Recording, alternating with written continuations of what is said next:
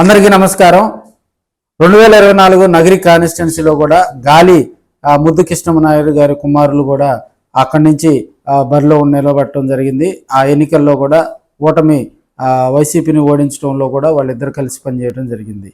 రోజాకు రాజకీయ భవిష్యత్తు లేకుండా చేసినటువంటి ఘనత గాలి కుటుంబానికి.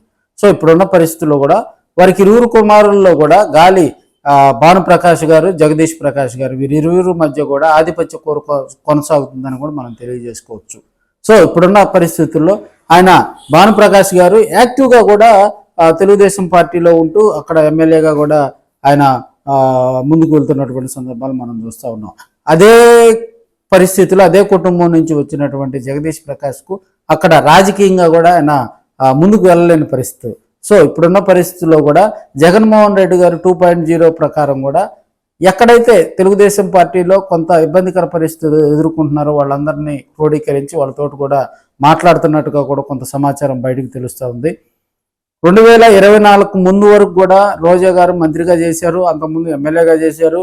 సో ఆమె పనిచేసిన టైంలో కూడా కొంత ఫైర్ బ్రాండ్గా ఉన్నప్పటికీ కూడా 2024లో ఓడిపోయిన దగ్గర నుంచి కూడా ఆమె బ్యాక్ డ్రాప్ పాలిటిక్స్ అవలంబిస్తున్నారని కూడా తెలియజేసుకోవచ్చు. ఎందుకంటే పార్టీ క్యాడర్కి ఇబ్బంది వచ్చినప్పుడు కూడా ఆమె కొంత ఇన్యాక్టివ్గా ఉన్నట్టుగా కూడా తెలుస్తూ ఉంది. కేసుల భయం కానీ ఇతరితర సమస్యల పట్ల కూడా ఆమె అంత యాక్టివ్గా కూడా నగరి కాన్స్టిట్యున్సీలో పాల్గొంటున్నా ఏదో 1-2 ప్రెస్ మీట్లు పెట్టి ప్రభుత్వం మీద విమర్శలు చేయటం తప్పించి అంతగా కూడా ప్రాబల్యం చూపించలేకపోతున్నారు.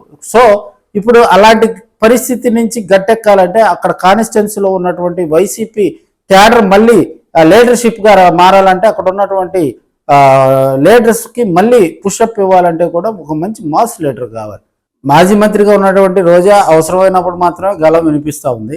అయితే ఎక్కడైతే వైసీపీకి అవకాశంగా ఉండి ఎక్కడైతే వైసీపీ పట్ల సానుకూలంగా ఉన్నటువంటి కొంతమంది రాజకీయ ఫ్యామిలీ నుంచి వచ్చిన వాళ్ళకు కూడా జగన్మోహన్ రెడ్డి గారు అధిక ప్రాధాన్యత ఇస్తూ ఉన్నారు. ఎందుకంటే పెద్ద ఆయన గాలిముద్దు కృష్ణమనాయుడు గారు తెలుగుదేశం పార్టీలో ఆయన ఎంత రేంజ్కి వెళ్ళాడు అనేది కూడా ప్రజలందరూ తెలుసు.